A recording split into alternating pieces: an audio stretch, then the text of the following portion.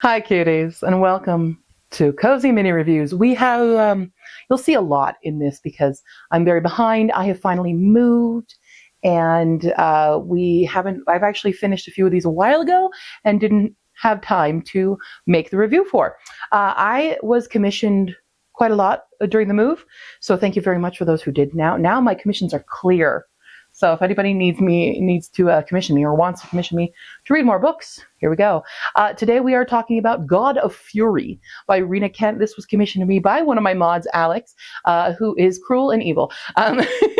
This is not my type of book. Let me tell you that. This is a dark romance with like mafia vibes. Although I will say in this one, not so much mafia vibes, but very uncomfortable. But pleasantly surprised by the ace rep. We deal with two characters. So this is technically book 5 in a series, but it can be read as a standalone. We have Nikolai and Bran. And Nikolai is a little ho-ho boy who, sorry, he is really obsessed with activities. He has a pet name for his member. This is such an awkward review because I do have to be careful with YouTube stuff. That is like a nickname from his name that he literally talks to, and I was uncomfortable.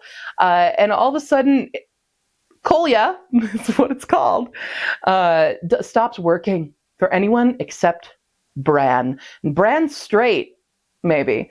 Bran is a very closeted boy who refuses to like Nikolai, and honestly, the way that this thing goes around, this whole romance between them goes around, made me so uncomfortable because there's a lot of very questionable things that you just kind of set aside for the time being, being like, okay, it's fiction, it's fiction, it's fiction. Because if this was real world, cops would have been called. Man, well, not the mafia, but things would have happened very differently if Bran did not turn out to end up liking Nikolai, I will say.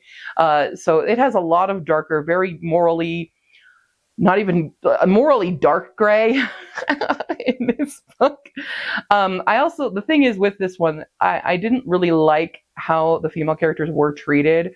There weren't many in general, but most of the time they were very much on the back burner. The one girlfriend that Bran has, I hated, but you're supposed to hate her at the same time. The audiobook, because I did listen to this on audiobook, it is like supposed to be sort of full cast. And I don't think it needed to be, because the only time the girl characters really came on where like there was a girl voice actor came on for these characters, and it just kind of felt weird. And I didn't need this one to be a full cast, basically. It wasn't even truly a full cast, I think. I don't know. I did read this back in February, so my memory is a little foggy on it. I did, like, once we ended up like in a committed sort of relationship and stuff, it felt a little bit, if you like heated rivalry, you'll probably like this book a lot because it has similar vibes with like begrudgingly sleeping together kind of thing, from Bran's perspective at least, and then breaking down the barriers, talking about your trauma, bonding that way and stuff, and actually getting to know the person and not falling in love rather than just being like, you know, screw buddies that way. So it was definitely like, I didn't hate it as much as I thought I would when Alex commissioned this to me. It's fun if you're into like dark romance kind of stuff like this and you want more dark romance that's queer, then you'll probably like this a lot more than I did. I still had a fun time overall. I was very uncomfortable though for 60% of this book. I'm going to say 60 to 70%. I don't even think it necessarily needed to be a mafia romance because it didn't really play a huge part in everything, or when it did, I didn't understand enough because there is a whole world around this, but the rest of the series is not queer, so I really just like don't really care to read it because I'm not into the dark romance stuff. I'm really, especially mafia romance, billionaire romance, that kind of, I'm not into that genre, so I do not gravitate toward this. I would have never picked this book up if it hadn't been commissioned to me, I will say.